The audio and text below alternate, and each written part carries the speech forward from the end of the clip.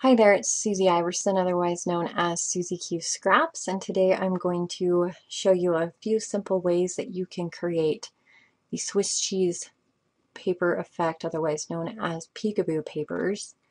It's where you take a paper on top and do some cutouts so that the patterned paper below can peek through, or solid paper below can peek through.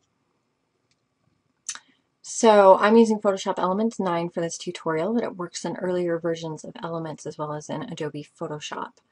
I've got this rain cloud paper from Raindrops and Rainbows, as well as this argyle pattern, and I want some of this argyle pattern to show through some of the centers of these clouds. So I'm going to select my magic wand tool, or hit W on the keyboard, and choose the Add to Selection option so that everywhere I click becomes part of my selection. And I'm just going to grab a couple of these cloud shapes, just click inside, and then I'm going to hit delete. That's going to cut them out of that pattern paper, and then hit Control D to deselect.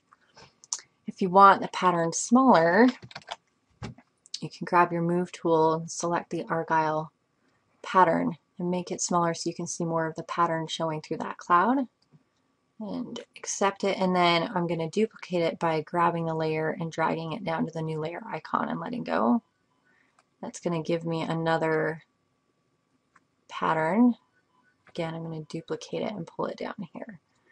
So now I've got this pattern showing through my clouds. If I add a shadow layer, then you can see that this cloud paper is sitting on top of the argyle that's showing through.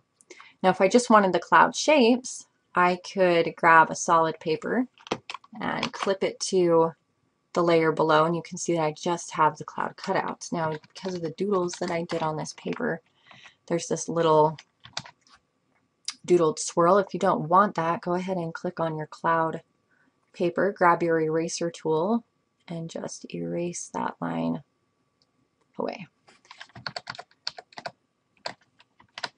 So that's one way you can do it. Another way, let me go ahead and hide these papers from Raindrops and Rainbows and go to these papers from bug collecting. So I want to have this orange paper with my plaid paper showing through, but I want to have some circle cutouts. A quick way to do that is to grab a paper from the collection or from another collection that already has some circle shapes. Go ahead and select the shapes that you're going to want to cut out, and I'm just going to grab a whole bunch of different ones. I'm not really paying attention to which ones I want. I would pay a little more attention if I were really doing this for a layout. You may need to zoom in, and you might see that on like this one, it's got some dark pieces in it, and so I'm just going to click on one of those so we get a nice circle, and then I'm going to hit delete. So now we can see the plaid showing through. Control D to deselect, and again, can add a shadow to it, and then I can grab the orange paper and clip it below, and now I've got some circle shapes pre-made for me. So those are two really quick ways to do it by using papers that are already in the collection, and kind of fun to take one of the, papers with the doodled clouds and have pieces showing through. You could take, the stars or any other pattern paper and do that. Now if you wanted to create your own, these papers are from Beep Beep Boop Beep. If I wanted to create my own circle shapes or any other shapes, squares, stars, you can grab your shape tool and grab the shape that you want. I just want the ellipse tool, and to make circles you would hold shift as you drag out. So I'm just going to drag out a few circles, and then I'm going to take all three of these layers. It creates a new layer for each shape, and merge them by hitting Control E.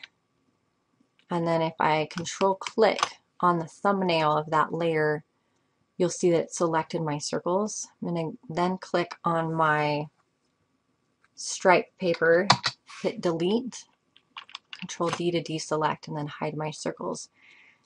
Add a shadow to it, and you can see now that this plaid paper is showing through the stripes. This method works when you want your shapes in particular places. You've got your layout already created on here and you know you want to circle here, here, and here, and you may not necessarily have a pattern paper in the collection that fits that. So then you can create your own shapes.